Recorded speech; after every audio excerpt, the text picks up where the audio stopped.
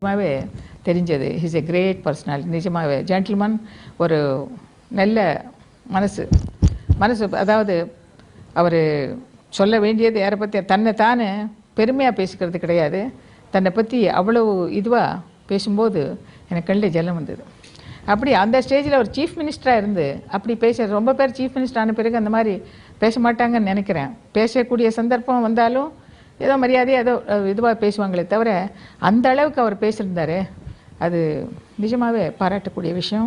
அந்த மாதிரி ஒரு ஜென்டில்மேனை நான் பார்க்கல. அந்த மாதிரி ஒரு ஸ்டேஜில் அப்படி ஒரு பொசிஷனுக்கு வந்த பிறகு கூட அப்படி உண்மை பேசி தன்னை பற்றி தானே பேசுறது இருக்கே, அது பாராட்டக்கூடிய விஷயம். அதனால தான் எம்ஜிஆர் இன்றைக்கி எல்லார் மனசுலையும், அதாவது ஜனங்க எம்ஜிஆர்னு ஒரு கடவுள் மாதிரி பார்க்குறாங்க. He deserves. நாங்கள் 2 பேரும் ஃபைட் பண்ண மதுரை வீரன்ல. பிகாஸ் எனக்கு சின்ன வயசுலேயே ஃபைட்டிங் அது ஒரு பிக்சருக்காக கற்றுக் கொடுத்துருந்தாங்க கல்கட்டாவில், ஃபஸ்ட்டு செகண்ட் பிக்சர்லேயே.